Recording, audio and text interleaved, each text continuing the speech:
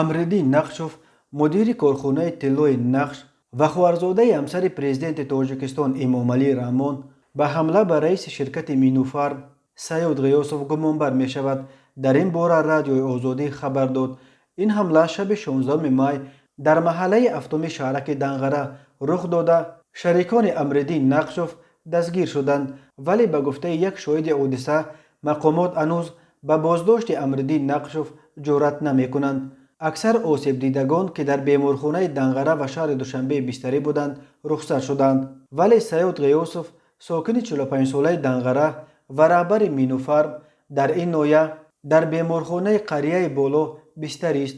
ӯ аз пой ва шикамаш 4 зарби корд хӯрдааст. пезашкон вазъашро мӯътадил мешуморанд.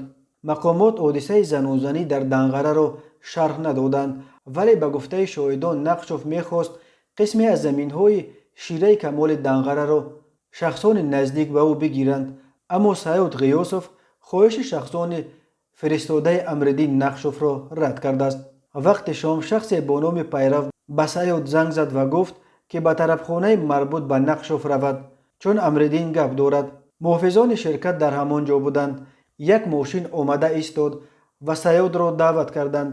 3 нафар буданд. ӯро маҷбур бор карданӣ буданд ки нигаҳбонони ширкат нагузоштанд. яке аз онҳо ба амриддин занг зад ва гуфт биё. бо мошини ҷип кор дар даст омад. дигар ба ҳамла гузаштанд.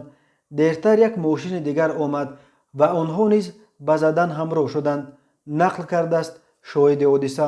амриддин нақшов писари боҷаи президент файзиддин нақшов аст, ки мудири шӯъбаи 4-уми амонатбанк дар ноҳияи синои шаҳри душанбе буд ва соли 2018 даргузашт.